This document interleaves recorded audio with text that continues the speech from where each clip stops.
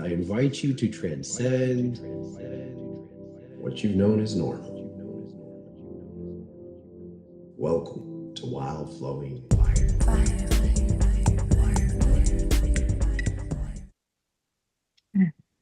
Welcome, Hello, Sarah. Good to fellow see you. wildfire. Good to see you. Are you flowing well today? Pretty well. Pretty well. Are you ready for some Q&A? I am. Well, so for people who have just tuned in, or maybe this is the first video they're finding of your work, I'll just give a brief background to what you do, Daniel. Please. And then we can go into the conversation. All right. You have created an online community called Wildflower Fire, and it's a growing group of humans that are interested in connecting to the divine on their own path. So I would say, the courses and the work that you offer allow for movement and meditation and other pathways of healing that remove obstacles from our ability to connect with the divine. And I know I'm on that path, and I'm super interested in being able to talk to angels and my spirit guides and this being that you call Thoth, who you speak to on a daily basis. Is that correct? It is. He's been one of the more easily the most influential spiritual presence in my life. That's very cool. So I think you offer that bridge, and you're training people or giving them an opportunity to be their own bridge. But until then, people have questions. So can you answer some of these? I know you've put out, an offering for people to throw some questions in, and anyone who's watching this now, please feel free to jump onto the Wildflower Fire YouTube and throw out some questions into any of the videos. There's a few that are more specific, but then we can perhaps continue this if there's a bit more interest. Absolutely. And there's a very different dynamic when you're asking it, and I can stay present with the connection. I feel a profound shift in how well I can tune in. Okay, that's interesting. Well, I'm going to start with Sam's question first. I'm going to read it here. What's the purpose of praying? How does it work? And how should we do it? What I'm doing is tuning in to what I've been invited to call Thoth's temple. There are many spiritual beings, not in bodies. Some of them have been in bodies, but they aren't now.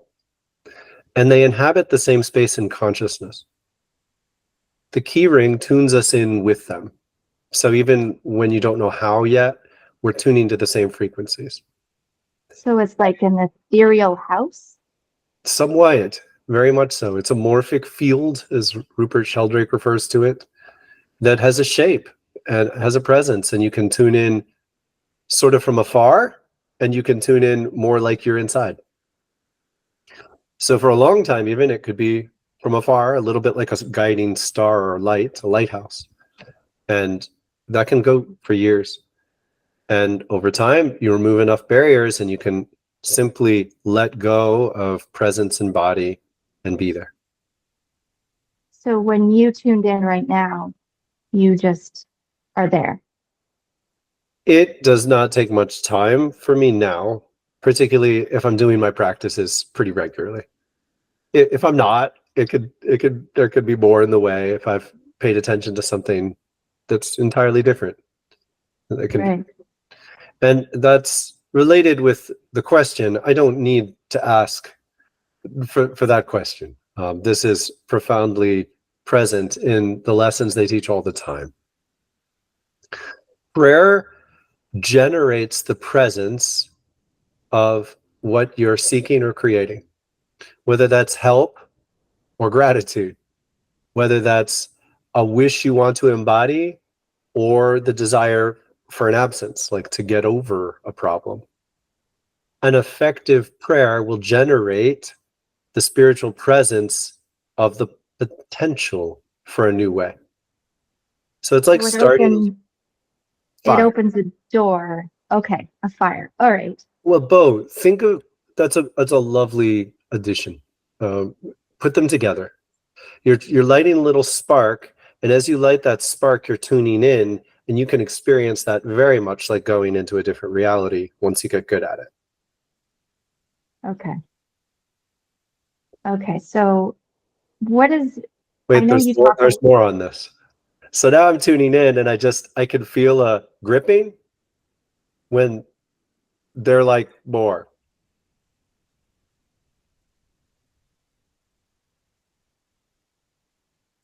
Oh, okay, not expected, but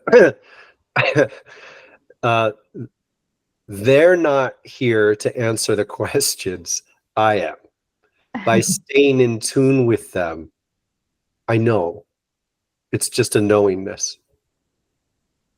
Okay. So they're supporting you, but you're embodying the information. And they want me to, and they want you to. That's the ultimate goal, is to put us in a position where we can be it. It's like you're being the answers. Okay. So when you pray, and I don't know what the origin of the word prayer might be, but either you're praying for something or for something not to happen, as you said, are you trying to embody the answer to what you're seeking? Certainly. And that's why this metaphor of a fire matters so much. You're lighting a little spark that represents the fire of what you hope to create, even before you understand it. Mm. And that's part of why questions can be such beautiful prayers. When you ask a question, you frame it in your thoughts. They taught me this a long time ago. It seems like a gimmick, and I invite you to allow this to be fun. Mm. Thinking, thin ink. Mm. We are painting, we're drawing reality very thin, and we're drawing the reality we hope for. When you Wow. ask a question, you immediately generate a thin ink, and it resonates. And when you learn to feel the presence of that presence translate the question into the beginning of the answer. So before you know cognitively how to interpret the answer exists, and you can feel it. Wow. You hold that like a little fire, and you nurture it with the trust that the answer exists. You have it. So where does I don't want to go too much into the whole, manifesting aspect of it, but is it a feeling or is it an aspect of letting go of what you're praying for? Much of the letting go-ness is medicine for people who are addicted to the mind. So when you think of the existence of the answer as if it's mental, you're not appreciating that the mental understanding is just one dimension of it. Okay. So you're letting go of clinging with your mind and feel it in resonance. Now that's a challenge. That's why we do our practices. That's why you do your practices for years sometimes before you're able to generate a question and feel its presence. Once you do, though, now you invest your trust that this is real, this exists. I feel it. I'm going to breathe with it. As I breathe with it, just like you breathe with a fire, you want to find just the right rhythm. Not too much, blow it out. Not too little, it won't be fed. You bring it to life, you bring it stronger, and you simply trust. You diminish the central value of the mind. You trust that it'll make sense mentally eventually. Right. So the intensity of what you're building, is it a reflection of the intensity of the prayer? Some prayers you want to happen more and others not. Absolutely. And this is really crucial, it's garbage in, garbage out. Right. So if you frame a prayer in a sloppy way, or you don't have an appreciation for why, like you don't want to pray for a truck to hit someone you're mad at. That's really bad energy. That's liable to get out of hand immediately and hurt you. So when you get good at prayers like this, you have to start filtering your thoughts much more acutely. And you're not saying negative prayers are stronger. They're just perhaps more prevalent in your mind. Like what I'm getting at is people may not intentionally, but if they think of something upsetting or hurtful to another person, the intensity of that prayer is stronger than a positive blessing on a person, or simply that, yeah, not necessarily, but it's like if you try to light a spark in a swamp, it's not going to go very far. Gotcha. So much depends on the conditions, and embracing our power in this capacity depends on respecting that. So we're trying to skip past any level in which you think of yourself as a manifester, like a mechanic, like an engineer, or like you just get to make whatever you think about. Right. Through respecting our participation and immediately accepting this is a co-creation reality. We share this space with others, and really getting past any resentment we have of that. You start to say, my prayer didn't take off. I wonder why. You don't just necessarily double down on it and hammer at it. You become curious as to what are the things in the way. Now, it works through the metaphors. So elemental metaphors matter. If you're having a prayer that's not coming to life very easily, maybe you weren't paying attention to the fact that you stacked a lot of wood really nearby. And if that prayer works too quickly, it's going to get out of hand and you're going to get a fire that's really dangerous. So sometimes divine presence will put out that spark right away because you're not being careful. And if you accept that and say, oh, thank you, you become much more powerful. They'll give you more respect. Just like a kid with matches, they won't watch over you as much and they won't snuff out your prayers. And you become someone with more innate potential because you've earned it. Gotcha. So the prayer itself is a co-creation with the divine. Absolutely. Yeah. Okay. All right. Well, speaking of the divine, and you get too much into maybe the headiness of connecting with the divine and not necessarily creating a practice every day, just like going for a walk and making sure your physical body is healthy and all of that. Is it easy to get fried, like a little too kind of out there? And the reason why I'm asking that is, are there things, tangible things, like, I'm going to say chocolate, most women love chocolate, to help ground you back into maybe the reality of why we're here and bridging that gap in a way that's healthier? Absolutely. And now in a time of the internet, we're exposed to so much, so many traditions, so many possibilities, so much experience. And it's important to respect that it's really easy to misuse powers that you don't understand. Yeah. One of the most common things people need to be aware of is this concept of spiritual bypassing, where folks will have a mental framework of something is spiritual, but they don't understand that they're reaching for a sort of a relationship to spirit that's very out of their body because they're trying to avoid what's here. Gotcha. That can masquerade as, a monk who is super committed for 20 years, but they never address their childhood abuse. So they visit a context where they can go and not be in social contact and not have to address relationships. In a free-form world where a lot of people are exploring spirituality on their own, it's really easy to just keep tending towards a spiritual space that feels safe while not addressing what's here. Yeah. So when you reconsider what it is to be spiritual is not over there or higher. I don't use the term higher. I don't like the term higher self even. People get it, but it is misplaced. Yeah. We want to be spiritual here. And as a result, shocker, oh shocker, drink a beer. have some chocolate. Don't tell me you're superior for not doing those things. Those things are easy to abuse.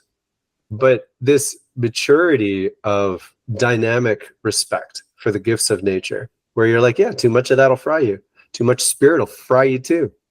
Yeah. You know, but the right rhythm, little piece of chocolate's exquisite. I can relate to that completely because before I found some of your work, there's so much, as you say, on the internet, and you can go down rabbit holes after rabbit holes. And I think people are desiring to connect to the divine. And so that's where the initial intent comes from. But the plethora of, you know, star being races and conspiracy theories and, you know, what else was I interested in? And there's no judgment because I went through, it's almost like an initiation. Yeah. Because I went through that too. I Yeah. started with conspiracy theories. Then I was way out there with, you know, the Pleiadians and the Arcturians and followed a lot of channelers that I still love and some I follow today.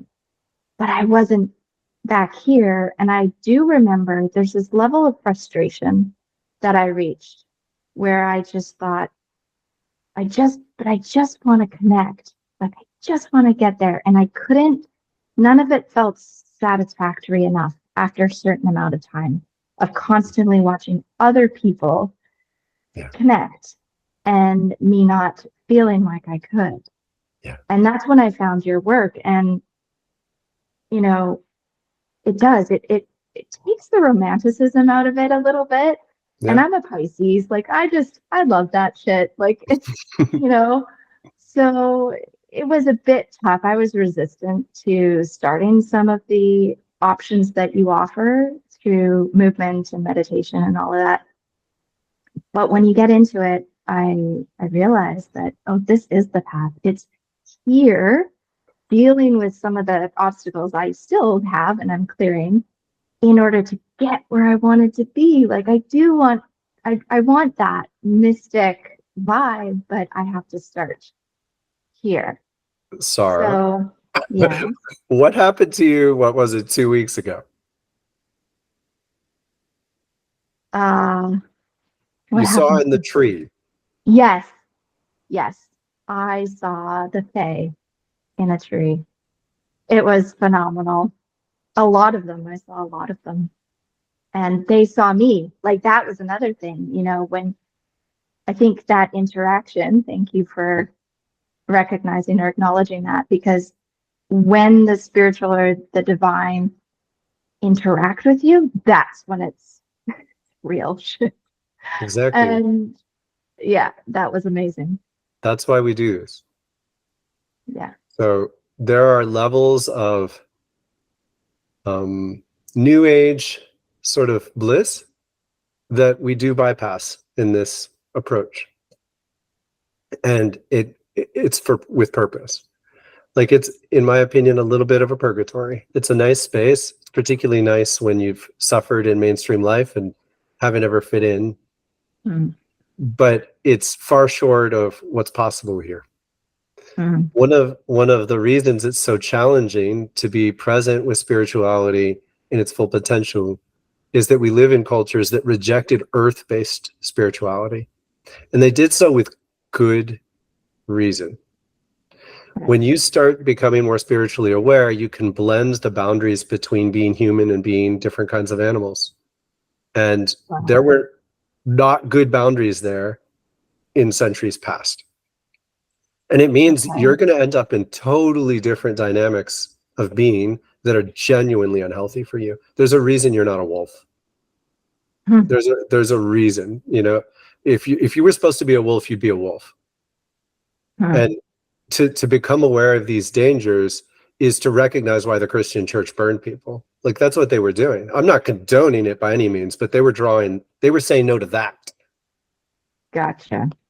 And so when we re-engage these forces, we have to do so with deep reverence for what we are creating without letting it blend.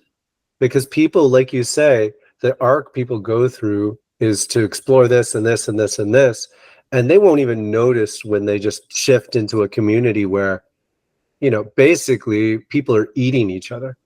They're all over the world. It's like fringe communities where spiritually people are just feeding themselves to someone else. I mean, these are Really? businesses. Businesses work this way. Wow. It's very painful to learn to see. And that's why we put such a dominant resonance on building strength in our practice, because we can pull ourselves out of such things before we put you in a position to see the Fae. Gotcha. Okay. So just connecting that to the prayer, you know, praying is thin ink. So it's a developing, in a sense, into from non-existence to existence from a physical standpoint. Yes.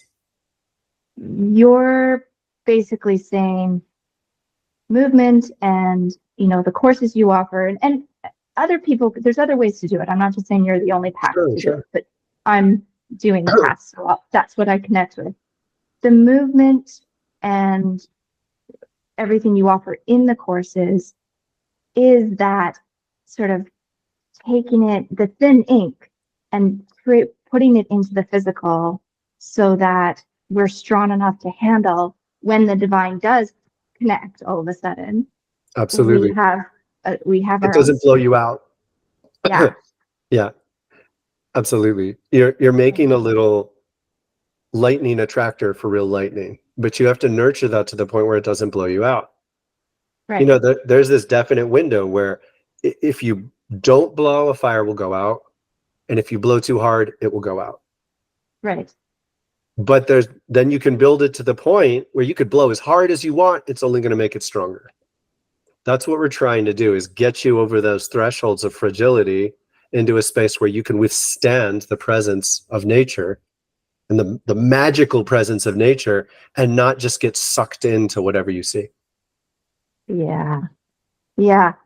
I like that. That'd be great. Yeah. Awesome.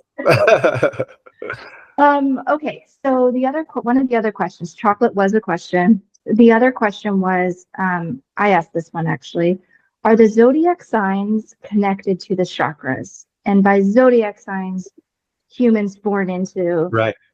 whatever. So there's more on chocolate, and I didn't know this. I knew it, but I didn't know it. Chocolate is a consciousness. that might be a lot to be present with, but it is a consciousness that you would invite to participate in you. Okay.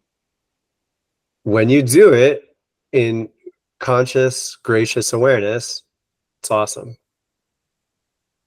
It's powerful. It should be treated that way. Like the cacao ceremonies. Absolutely. To go through any form of sacred ceremony, there's a reason those cacao ceremonies are becoming a thing. And I've been through some. And not to denigrate it, I'm not in a lifestyle where I can do that on a normal basis, but I carry the activation. I carry the reverence of it. So you want to care how it's been treated, what it's been mixed with, how it's been handled. It matters. These things matter. Yeah. And then when you do that, you appreciate the vibrancy of how it's going to change you. Then you want to watch. How does it change you? It changes you a lot. Like if you pay more attention to how it affects you. I will have to, because that's a go-to. And I mean, segue to that, you know, just a secondary question. Why women? Why are women more attracted to chocolate than men? And maybe maybe I'm wrong there, but it feels I'm going to tune in. I don't know. I hadn't thought about it that way.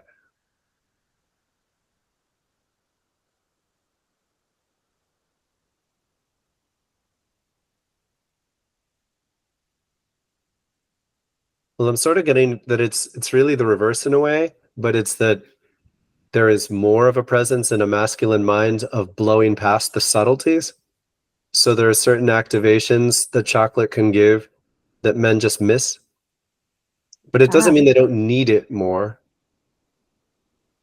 as much, but they just don't end up having the same experience because they're not as used to being with that subtle presence. And is chocolate considered a plant medicine? Certainly. And are Most more things women? are. Yeah. are more women tuned into plant medicines in general because of the subtleties? Certainly. And it's important to embrace that with an awareness of, so a masculine mind in a healthy form. And I say it that way because I think it's important everyone appreciate our ability to access a receptive and assertiveness. That's a standard spiritual lesson right now coming through. So you don't want to associate it mentally too much with male and female when you don't have to. But the healthy use of an assertive mind is to be able to change direction in the face of other forces. So when you know things are going wrong and you say, we're going this way, we got to get out of here. And you know things are falling apart, you go, we got to add this support. And you make it happen despite forces moving against you. So that's the healthy use of an assertiveness. But the unhealthy use is if you're so used to doing this all the time, you'll blow past other things. You won't notice subtle sensations. So to appreciate the strength and weakness of these facets of ourselves. Yeah, that's very cool. The other question was, I asked this one actually, are the zodiac signs connected to the chakras? And by zodiac signs, humans born into whatever. Okay, zodiac signs. No. You can run it as a program, but it is more restrictive than helpful. I've tried. I spent an entire year sending out a newsletter in tune with the chakras in the key ring that we use. So it's a particular order with the chakras, and it restricted my relationship to everything. So I did gain something from it. In fact, the 12 meditations, there are 3-minute meditations that I recorded at the very beginning of YouTube. When my intention was not to build a YouTube channel, I was just recording some basic things to have. I would go out on a mission. I would spend all day on a mission in tune with that chakra and the zodiac side, and then record a 3-minute meditation. So those meditations carry that. But that year was not just more down, it was like I narrowed my vision in a way that was not productive. And at the end, you think 12, like, I don't know, I just thought I was onto something. The 12 chakras, 12 zodiacs. I'm like, I'm a genius. Of course, right? No, I was through the roof inspired by it, and it was valuable. But it's like running a program. Like, it did something, but overall it was not fundamentally helpful. What you want to do is put them together. So Chin energy with Aquarius. What does a receptive trance that Aquarius takes you through look like? Chin energy with Aries. What does a receptive energy with an Aries sort of birthing the new life in the spring look like? So we need to be able to associate the two together. So do the zodiacs have all chakras in each zodiac? Is that what you're saying? Yeah, we need to be able to associate the two with all of the chakras. So you need to understand the Chin in relation to Aquarius and Aries and Libra. Gotcha. You don't want to always glue them together. Gotcha. Huh. But there isn't one zodiac that is just stronger with one chakra, like just on a light level. So I don't understand why this is happening, but I'm being laughed at. The association that I used was a reverse flow through the key ring, starting. Okay, I already know why. The reverse flow through the key ring, starting with Aries as the Chin. Okay. They did that to me to chill me out. So they gave me a year purposefully calming me down. By forcing me to scrutinize the chakras this carefully and slow down. But if I wanted to do a deep life invigoration, I would have reversed the association and made it a positive round through the key ring. So you want to be able to change it. And there is power in saying, for this month, I'm going to focus on this chakra. But there's not an appropriate measure to say we all have to do that. Okay. No, that's clear enough. All right. Next question. Back to the sort of essence of being in the house, in the temple of Thoth, which is what you or he calls it. Mm. If Thoth is in the temple, is his counterpart, Ma'at, is she the temple itself? No. They have I have spoken with Ma'at twice. Wow. Over the course of 20 years talking to Thoth regularly. What was that like? Calm. She basically said, this is his thing. I'm not your den mother. I'm not getting involved. They share a home that is apart from what he's doing in this way. And he needs that. Okay. So they're not the mommy and daddy of it. This is his, like. I just was thinking from a feminine perspective of being a container and being the energy. Thoth always manifests in a masculine form with me and is perfectly capable of manifesting in a feminine form. Ah, plot twist. Right? So he does that for stability in the role he plays in the earth. And that's all we need to know is basically, he's like, firm, hard, that's not yours. I get my privacy, basically, is what he says. Fair enough. Fair enough. Even divine beings need boundaries. Right? He doesn't seem to have any trouble drawing them. Okay. Is Mahat in the consciousness of the temple, though? Like, does she show up as a presence just to support? I mean, because there's other beings there besides Thoth, is there not? So there was an immediate yes, and it's in a pure love. It's not an engagement. Okay. She's almost sad that I don't realize the truth. Apparently I have a restricted understanding of this.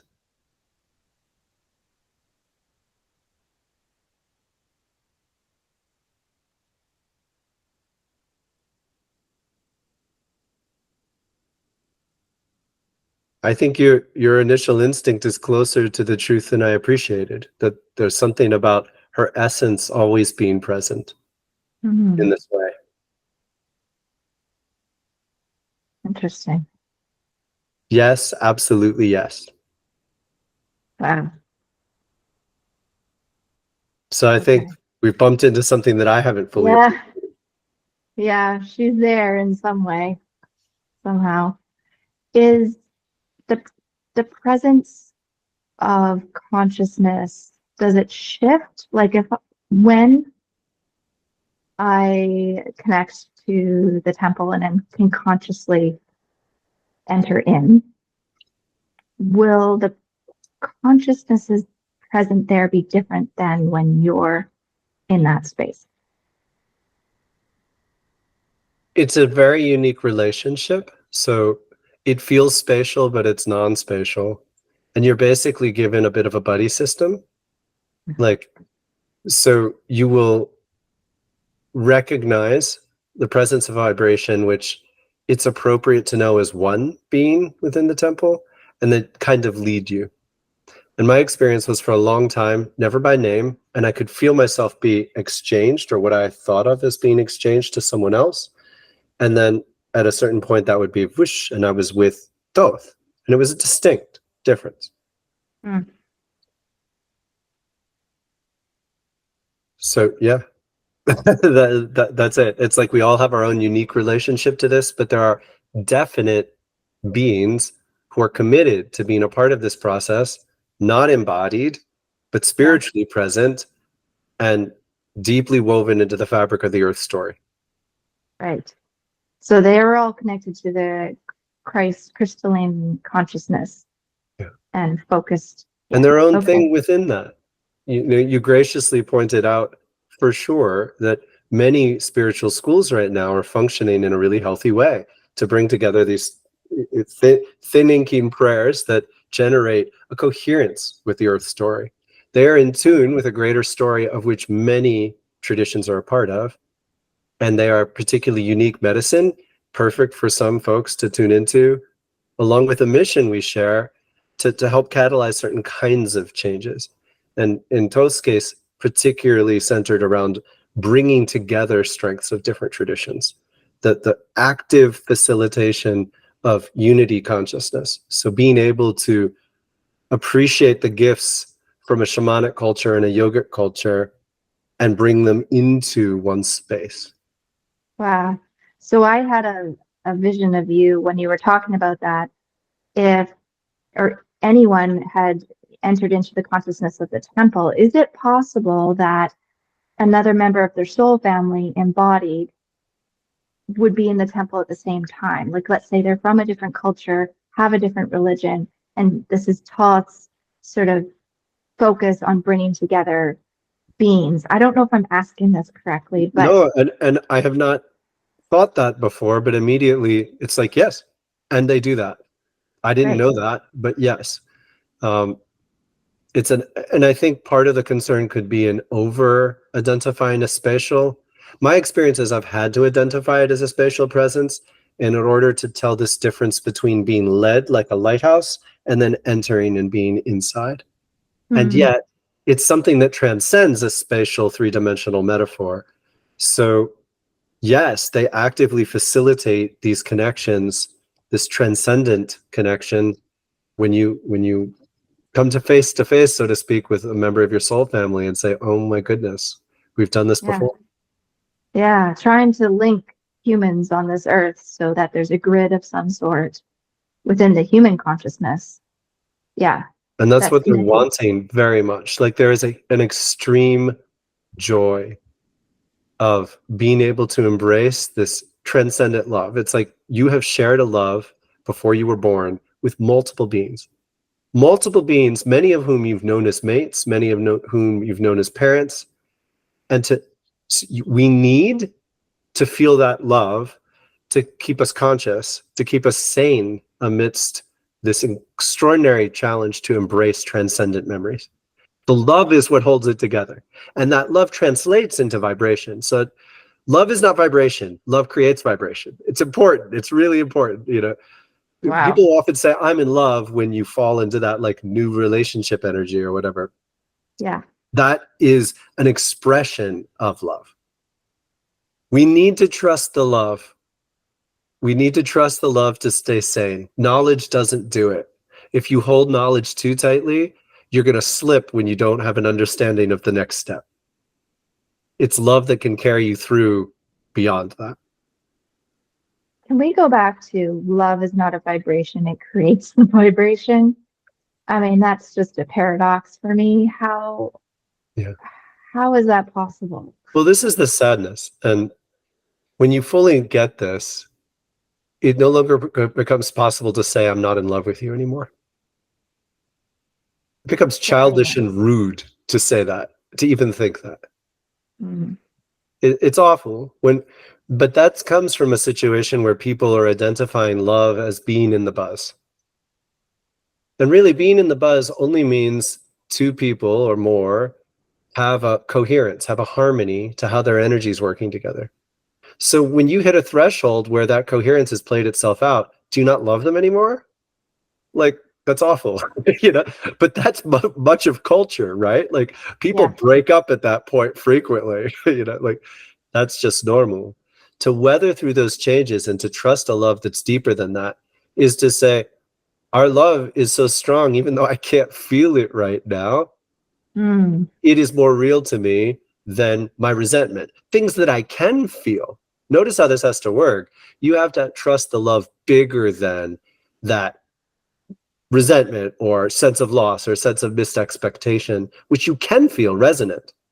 Yeah, you can feel that. And it's very tricky to think, even get your mind around the fact that there's love underneath it. And I would say the word love itself is highly identified with that buzz, as opposed to anything underlying it. So it's hard to sort of make your brain change the definition of that word, at least for me. And I think what I've been taught, and this was early, this was one of the first lessons, I could remember it when I first uncovered the 12 chakras, which is the irony of it. because these things go together. It doesn't sound like chakra work at first, but it is. To be present with the fact that sometimes we take a word and we say, this word does not fit my circumstances, so I won't use it. And sometimes we take a word and we say, I don't accept our understanding of this word. I'm going to embrace this deeper version. Huh. In this case, I was taught that we keep love. We keep the word love, and we allow it to be something bigger than this BS Valentine's Day understanding. Okay, because I was going to ask THOTH'S if there's another word we can use. Right. Okay, so we stick with love, and we just have to. And I say I love you guys, right? Like, I've lost friends because I would say I love you, and they just can't handle it. Yeah. They're like, my mom said she loves me, but she didn't really love me.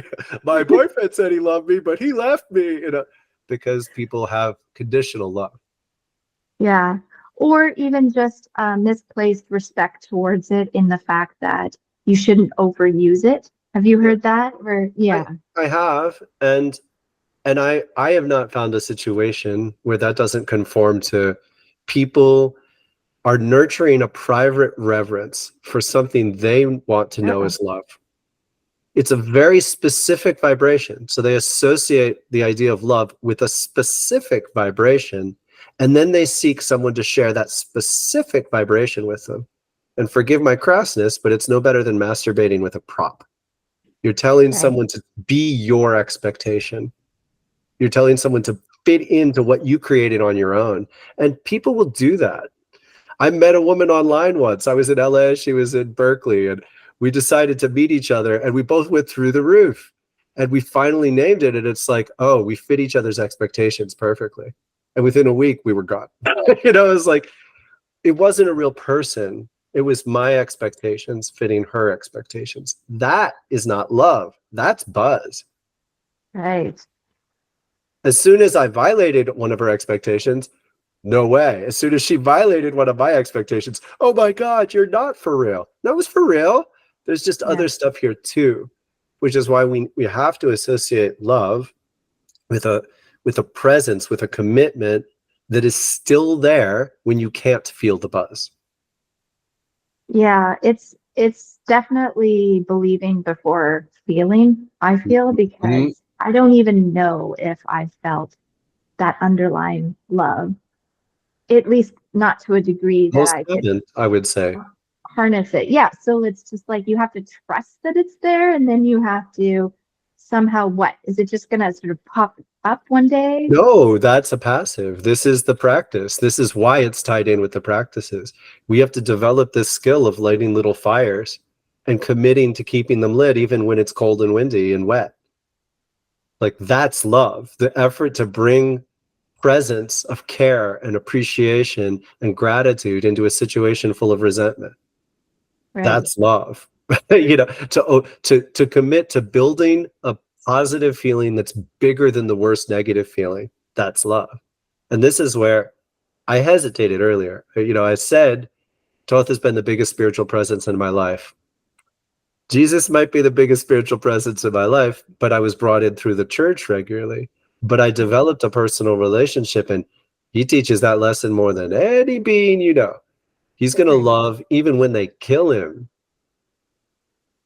I assure you, he was not feeling a positive buzz at the time. It's like, and I've remained fascinated by that challenge, to be like, how can I love people even when they're being hateful? Yeah, that's a tough one. Right? And did Yeshua feel the love, or was he still believing before feeling? My understanding from him is that it was sort of both, and it was an ultimate challenge. It was like, can I make my belief in my spiritual presence more real than my body, so it transcends this lifetime? Yes, I can. Like, yeah, that was the ultimate. This weaving of the buzz and the commitment to make the buzz even when it's there, and the mental will and belief. It's love is beyond them all. Right. Okay. And when you are in the consciousness of the temple, Is it just does it just surround you? Is it there all the time? Super easy. And then but it also exposes everything. So it's like an ongoing Kundalini awakening. It's just like Wow. anything. Like I've got a tension in my shoulder right now. I'm like, what the hell is that? It just exaggerated so much when I tuned in. Everything becomes more subtle, so everything becomes more pronounced. Like everything subtle becomes more pronounced. So you can't make mistakes. Like when you make a sloppy mistake, it immediately creates tension. Like, and this is already gone as soon as I address it. But I had to say it out loud, and in so doing, I'm saying I need to slow down just a little bit, because it's like that intense. But the talk about Yeshua, it's as deep as it gets in this regard, and I think it's where we need to rest. For me, it's the example of love that keeps me committed to being my best. Yeah. That's beautiful. Okay, back to the questions. Let's do an awkward 90-degree turn. Are octopuses from another planet? We all are. The DNA is not. It's a body provided to them like a skin, like a suit, like try this on. Octopuses do have a unique role for beings who have no intention of doing anything else here. So it is more common that a being would be an octopus and then leave and never do something else. It's not absolute, but there is a coherence between the experience of being an octopus and being a certain kind of traveler that makes it a nice suit for certain beings to try on. Gotcha. And does that apply to other species in general? Yes, it does. Would that apply to the human race? That not only applies to the human race, but applies to different cultures in the human race. Okay. So beings, caravans of beings from different stars are more suited to incarnating in certain bodies. And then this is beautiful. Like I'm working for years to try to explain this, but this has fascinated me more than any question. If you want to move between ways of being, you have to do if they're too extremely different, you want to find an in-between phase. So you can this is what the earth has been doing. Like if you have any degree of angst at how painful life on earth is and fear for the future, these questions help so much. I'm no longer afraid. I love that. I'm not resentful either. I get it. This is this phase of humanity, these several hundred years since industrialization, when we've started to cause so much damage, but when cultures have started to interact, is a crossroads.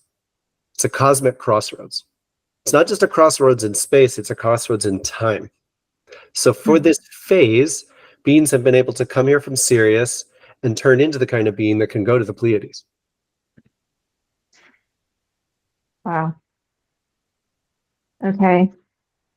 So we're at a transition point? This phase has been. Okay. Now this is where it gets more interesting in a certain sense. Time is not linear. Sequence is real. So what happened yesterday did happen yesterday, but you could incarnate in this era and then incarnate when you die in 1500. Yes. If you need to work something out there. So some beings incarnate in this era when it's most dense with humans, do one more incarnation in a different culture and then move on to a different star system. Gotcha. Because they needed certain vibrations or they needed a graceful vibrational transfer. You know the bends? Yeah. It's like the bends. So you can't just yank yourself from one way to another, and the earth is offering a service. She's saying, oh, you want to go there? I'll help you get a ride. But in order to get a ride, you have to learn the basics of how to change yourself. So first be Chinese, and then be Indian, and then be British, and then you can go there. Oh my God. Pretty cool, right? Yes, it's fascinating. Yeah, I know. This is why I've been like ignoring the rest of reality for a while to learn this stuff. Holy crap. So, well, I mean, I'm just selfish. Where am I going? No, I don't answer those things. Oh, I know. And But, and by the way, you're too committed to make that decision right now. I would agree with that for sure. I do know that, so I can tell you that much. I love that. I mean, that's That the is, the more you learn, the more Gaia quietly goes, huh, I know you wanted to go over there, but you want to know what we're going to do? wow. And it's Wow. really beautiful. Yeah. Yeah. I love that though. I do like it does take away a bit of the angst, just knowing that people are coming and going, beings are coming and going. So if they're leaving, it's not like leaving in devastation. They're leaving because they were already on a trip. Yep. You know? And they're some of them she picked out. Yeah. This is a dynamic process. It's a co-creation also. There's an ongoing recruitment. There's an ongoing rejection. There's some degree, there's this trend now that I'm not going to participate in to emphasize you were chosen. Have you seen this? No. It's a trend of some sorts. Yeah, everyone's chosen, like by something. So in order to be accepted to stay here, she invites a lot of people, but then it's like, are you willing to do what it takes to be here? And so then you can say, well, actually, I was thinking of going there. And she'll say, okay, I can see that. I think you need to learn this before you do. You will let go of this baggage. They'll be more open to having you. I can use it in this way. Live a lifetime doing this and you'll be ready. And then you live that lifetime. And she may go, so remember, you were going to go over there, but I was thinking, would you be interested in helping me do this? Gosh, like it really is like a dialogue. It's a relationship. It's I mean, I'm a gardener, so I go back to the gardening analogy, but like it's really using everything you have. And certain plants, you put them somewhere and it's like, okay, that's not working for you, but I do have a spot over here. So if you want to try it here, and some plants just choose to die. They're like, nope, I'm not going to do it. I don't want to move. You got it. Okay. All right. We have one more question. All right. And I don't know what the time frame is on our chat, but this is the last one. It says how to break away from all soul contracts and karma and live a healthy, happy life. I mean, that's a very big question, but don't. Yeah. We make soul contracts from a very healthy frame of reference. And in every instance that I have seen, health comes from learning to respect why you made the soul contracts you made. So giving yourself more value in what's happening around you. And that's terrifying. I was molested as a child. Coming to terms with why I accepted that as part of my life, so much work. Yeah. It's not remotely the same as justifying that action as a thing. It's me and my soul contract saying, I accept that I accepted this. Every negative action is not a soul contract by any means. By any means. But right, because that goes down the path of, suffering is a must, and it's not. Not at all. Right, and we don't have to accept murder, molestation, and rape. These things are the breakdown of our power to create reality in our life based on how much freedom we're given. But some things are contracted. And within those contracts, we accept a context of an existence where bad things happen.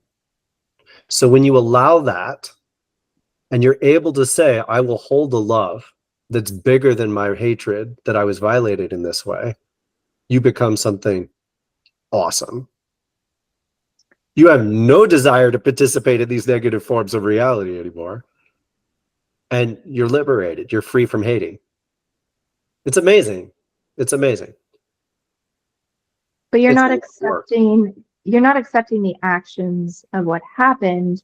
when those soul contracts were created, you're going back to the thin ink, correct? Exactly. Like, so it wasn't specifically this person will harm you, and you have to accept the fact that you said yes. I don't know. I'm a little confused on it. It's and bear in mind, you're bringing me into the edge of my comfort zone. Like I've done a lot of work on this, and there's always more. So I'm probably You going to can stop at any time. No, it's good. I appreciate it as an opportunity to be this much more well. For years, I spent 10 years obsessively ruminating on my violation. It was with me almost every day as I healed it. And I could not get past the boundary that if I somehow made space for the sense that this had a place, a legitimate place, then I was justifying, I was allowing it to exist in the world. Yeah. Right? And that's where I was stuck. And what I was given was almost the opposite understanding. That contexts are created in time, finite frames of time, where from this time to this time, there's going to be an atrocious war and people are going to kill each other. Whether you do that or not has not been decided yet, but it's going to be part of this time frame. Okay. We incarnate in time frames when we need to deal with those intensities. But right. Part of us might want to stand up to that intensity and say, I will not hurt someone. But we have to be put into relationship to those patterns of behavior in order to change them. And it's respecting the decision to go into that scenario in the first place. Yeah. But what happens is knowing the danger. You. Okay. All that's scripted in some context are you and this other being. This other being is going to hold my worst, I'm going to hold their worst, and we're going to push each other against each other like two swimmers pushing each other's feet. Yeah. So we will make contracts with beings who they're leaving. They're leaving. And because they're leaving, they're capable of helping us to burn off some terrible karma. Now, did we want that to happen? Absolutely not. Do we want to forget why we needed that to happen? Yes. So in the process of allowing terrible things, we burn karma.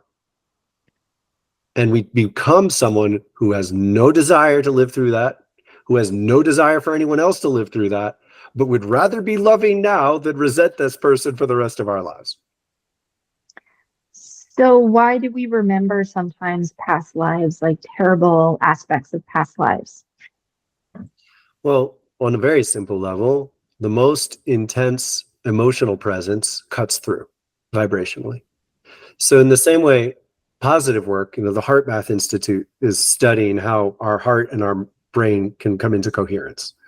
Positive emotions are the strongest presence, and we want to be able to generate a gratitude and our appreciation in our heart that can guide our thoughts. Well, the reverse is unfortunately true. The strongest resonant negative emotion has a tremendous impact on our vibrational field. So it's negative karma. So it's not that we want to remember, it's that the karma's there. When you name it with your mind, you have much more influence over it. So even though it's very unpleasant for your psyche to have to deal with it mentally, you were haunted by that spiritually already. The karma was hacking at your life, sabotaging your ability to create anything you wanted, undermining your ability to dream big dreams. So it's worth it to go into the memory, connect the dissonant feeling that's been present anyway, because karma doesn't disappear. It's still there. It's been there anyway. Some karma can be burned, and then some can't. And when you can't transmute it or compost it, all the elements have a relationship to karma. You can work with them in all the elements. So I don't want to oversimplify. But if you cannot deal with former karma effectively through the tools you have available in the lifetime you're in, you might have to remember it. And you name it, and you're present with it. And then you know that as yourself. And once you know that as yourself, it sucks because you have to think about it. It might suck even more if you live in a community that has no way of understanding it. So people don't even believe you lived a past life. That's even harder. Yeah. But you no longer feel schizophrenic. And that's nice. Yeah. Okay. And then that, and that's kind of And the tension in my shoulders gone, by the way. like, let's just deep dive. So all of this, all of this, if you're inside a lifetime and you think you have the perspective to dissolve all your soul contracts, my immediate strong assertion is you're mistaken. You don't have perspective. You don't have the perspective to know. If you dissolve those soul contracts, you might kill someone. Like, those soul contracts are helping you hold terrible karma still. They're helping you create a channel for terrible karma. If you got a better idea, what do you think gives you the perspective to have a better idea? Right. I made those decisions in my soul contract with several guardian angels and several members of my soul family. I had a much better, clearer mind to make those decisions then. Right. So yeah, this isn't like we're in spirit before we embody and we're just a toddler like coming up with ideas. This is like a group effort, this decision making. These are very I don't know what you call it, intelligent consciousnesses. So it was an educated decision. Absolutely. And the way it realistically works is, if you are building enough momentum that you think you have a better idea, typically what guardian angels will do is they'll try to stall you. They'll try to stall you because the way you die is going to have a profound influence on what you can do next. The state of being that you die in. So if you've been carrying resentment and desire all your life, that's a lot of karmic momentum. You're going to have to do something with it. And if you can't be dissuaded, and if you can't be encouraged to try to rechannel it in the course of your life, one of your guardian angels will actually champion you. And they'll be like, you know what? Good for you. You should burn all your contracts. You should do something else. And they'll take you to China. They will take you to another culture. And that extreme change will give you the opportunity to make a different kind of choice. But you won't be abandoned. You might think you're going to be abandoned, but you might think you're going to get away from all guidance and influence, but really you're more loved than that. Yeah. Yeah. And in many ways, is that not just another trauma? Is trying to break all contracts and get away from everything. Exactly. It will generate more karma than it'll resolve for the most part. And I know this because I did this in another lifetime. It was haunting. I knew it. I had several past life memories of doing this. I was Irish. I freaked out and I literally left, having burned all my bridges. And I ended up in India in my next life. And I can say this as asserting a fact because I'm so comfortable with it. But yeah. Let's say I had very vivid memories and understanding of these choices. So you can call it a beautiful story, if you will. I went in this lifetime to a very, it was a witchy ceremony with Starhawk. It was an incredible spiral. And I was bawling my eyes out. I knew that ceremony so thoroughly. I knew it. That was me, and I'd left it. And I felt the sacred guidance of the ceremony saying, welcome back. Wow. Oh. So you're just going to have to come back. If you freak out and try to burn everything, you're going to circle around, and it's going to be a reconciliation, and you might get an amazing adventure. So in some ways, it's like, look, the more choices like that you make, the more karma you generate on Earth, but then you invest more heavily on Earth and you get to experience another culture. I mean, it's hard to measure good and bad, but on the base level, I say, don't try to burn all your contracts. If you want to explore, make a new decision in your in-between space. Right. In between lifetimes. Absolutely. Right. Which is another whole video. Well, that was a lot though. Like that's quite a question. Yeah, it was. And it's a good question to end on. I think it circles back to, doing the work. And if you choose to, and you feel so called to work on your own trauma and karma and, check out our community and check out other people who are doing, karma clearing and wanting to connect to the divine and see what resonates, right? Well, very much so. With the Wildflower Sanctuary is a school. It's our bridge to Thoth's Temple, which is a school. It's the unity of school and church, sacred and science. And we're learning to do this with present guidance that's been around for a long time. And I bear this, I carry this with pride. It's my karma, literally. Like not too long ago, oddly, I didn't ask, but Thoth came up to me in consciousness and he said, "Do you remember why you had to do this with me?" And I was like, no. And he looked at me with this compassion. First of all, he is extremely loving with me. The form of love he holds me in is like a love beyond a love that I'm known. It's kind, almost invariably more patient than I anticipate. Mm-hmm. And he's holding this space for me and he's saying, well, let's just say you dug yourself into a really deep hole and I offered to help you out. Yeah, he's got quite the humor, doesn't he? He does. and he said, it's like the reflection in this life, I've been very patient. Like I did a yoga training 20 years ago, and it's been 20 years since then that I felt fully coherent enough to say, this is it. All systems go. I know this works. I have full confidence in the flow. And he said, I've stalled you till now. You weren't ready, but much of it was karmic.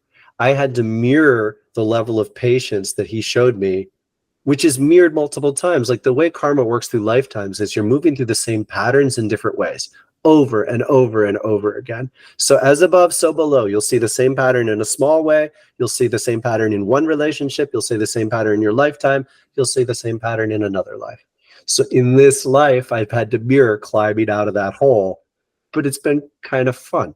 You know, so he gave me the ability to appreciate the same arc of experience with more purpose. Like I've been doing work for him, essentially. He's gotten me to do things that I wouldn't have chosen to do otherwise. But, you know, he's ended up helping me appreciate the joy in it.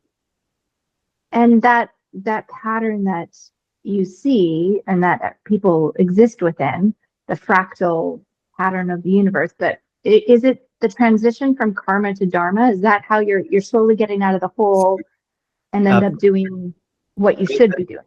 And thank you for asserting it. You know, I often am very committed to framing things in a way that is, you know, true to the culture I'm in English. But sometimes other cultures have words that simply, we might as well use that one because it's a really, it's beautiful. The relationship of karma to dharma is so beautiful. They sound the same on purpose. You're making a shift. So the relationship is this, like karma is the presence of the past. It's the presence of the spiritual past. And it exists, it resonates, and you can't avoid dealing with it even if you want to. You can frame your mind in a way that says, this isn't my problem. The spirit's still there. That's your karma. You can make more karma in this lifetime, and karma can last beyond this lifetime. And you can reconcile karma from other lifetimes. And you can reconcile karma from within this lifetime before you die, so you won't have to carry it. Or not. Dharma is a distinct shift with these energies that says, I am still a being who must exist in relationship to these patterns, but I have lived through them and with them enough that I can now function as a healthy guide for someone else. I have to do it. I don't really have a choice. It's still my work. It's my sacred work. But I can live it like a calling. I can be in tune with divine unity, Christ consciousness while I do this work. I'm not liberated from the cycle yet, but I'm outside of it, next to it, helping you out of it. You, whoever's listening, you know. So it's the momentum of yeah, it really is cool. The momentum of the karma is the momentum into the dharma. The momentum is the momentum. Okay. The shift in relationship is our relationship to it. So when you're living in karma, you're trapped within the cycle of samsara, which means the same pattern, you're living a part of it. So in one life, you get hurt by someone else. They hurt you. And for years, you carry that fucking awful, I can't believe they did this to me. And you make a new relationship. And at the beginning of your new relationship, you have to tell them how much you got hurt by this other person, What's really happening is every time the energy gets so high, you get brought into touch with the strongest feelings you've had in this life, which were negative. So you don't have, all you can think about is the negative feeling. If you do that and you never change it, you're gonna hurt someone else. You're gonna be that. And you're gonna think you're justified when it starts, because you're still living in relationship to that force, like you have the right to take the power now. Yeah. Cycle. And that's just the simplest version: victim, abuser, flip. The reality of karma is there are multiple versions.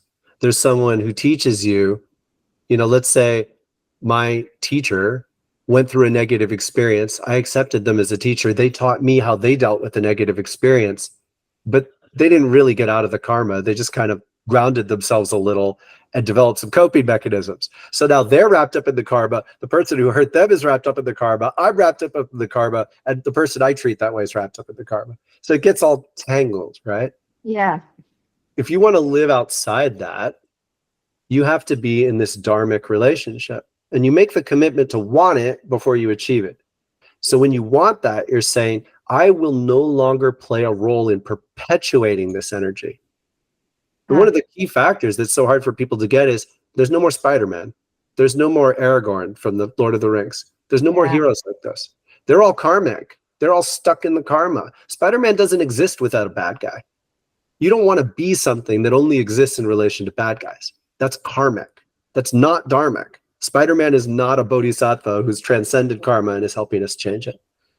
Dharmic means all of your participation helps dissolve the karma. This is karma. We don't want it there in this way. And as a result, you're playing you can just trust you have to do this work, but you're making the world a better place. You could be that presence that's making the world a better place. And dissolving it. Yeah. Having a relationship to it. Do you remember when I first met you and you talked about, and you probably still do with most new members that come on board, but or anyone really, is the House of Mirrors or something? The way. Oh, I do. Yeah. Yeah, the way basically, if you're in it, you're in the karma, you're in your life, you're in a fun house of mirrors, because everything you're dealing with is basically just a reflection of you. Yeah. And I never told you this, but I have very vivid dreams, as you know, and we chat about, this is the benefit of the sanctuary, because we can chat within community. And I chat with Angie and other great members about stuff we experience, and we just help each other through it.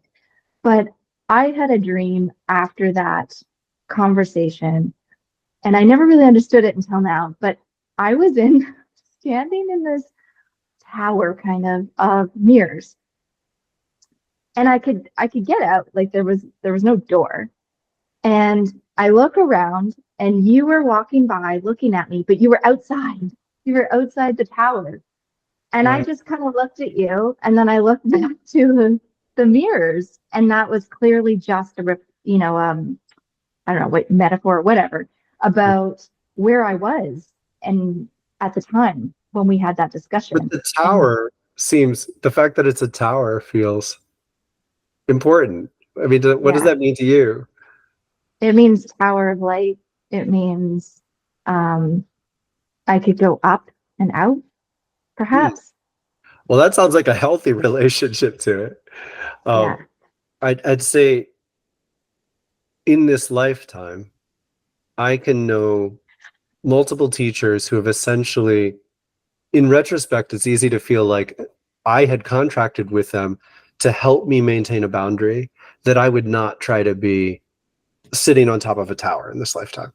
Like, I'm not going to try to be a teacher on a pedestal living a personality cult.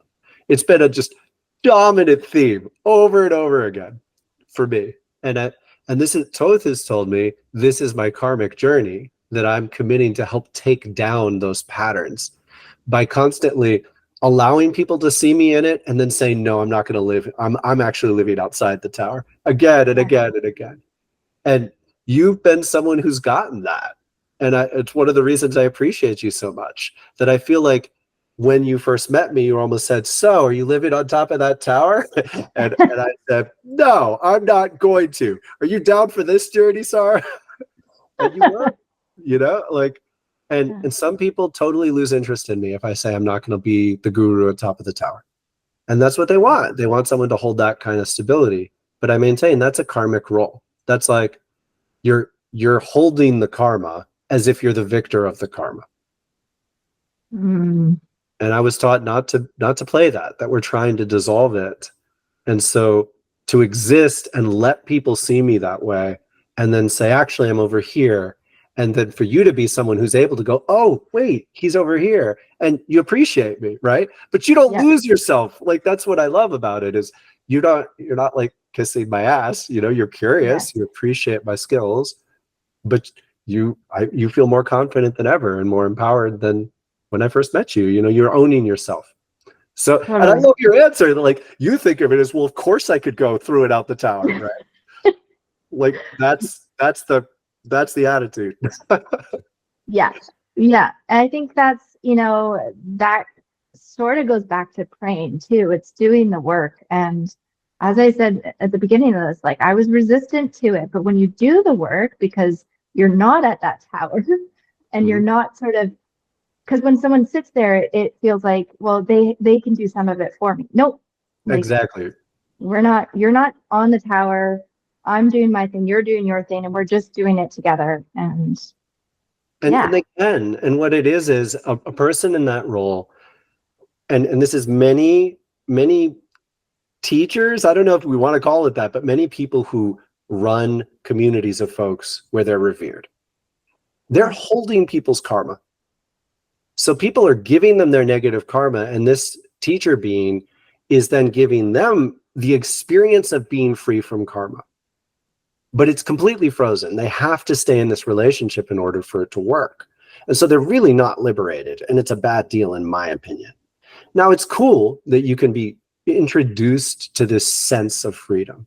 It's blissful, right? So we're not making quite as intense a bliss puddle as some schools of thought do. But you can see the Fae on your own and then talk to us about it. And to me, that's a much more amazing goal, is to generate a bunch of wild flowing spiritual fires that we're not going to get shaken by someone changing the vibe a little. We're not going to get shaken with something that doesn't work. Our strength is running much deeper together, and thus our potential runs much deeper. 100%. Yeah. Teach everyone to build their own fire. Teach them to fish, Daniel. That's the goal. And you took to it like that. I mean, the other side of it was, I felt like you were testing me. Like, you could have tried to take my power away, yo. I'm like, nope, not me. Well, that's and awesome. incidentally, I knew you'd stick around when I first met you. So. Oh, well, that's cool. I had no idea. I can usually tell. That's awesome. Well, I'm here to stick around for more Q&A if that comes up. So let me know if we get any more questions on the YouTube channel, and we can set something up. And anyone watching this, throw out more questions to Daniel. And if you're curious about the community, then throw out those questions, and any one of us can answer, and we can hopefully go on this journey together. Thank you for that invitation, Sarah. I love how it works. You're clearly tuning into the same vibes. You said many things that reoriented me to appreciate a deeper perspective just in this conversation, and I look forward to that developing. Awesome. Sounds good. Have a good week, everybody. Yes, bless you. Love be with you and your families.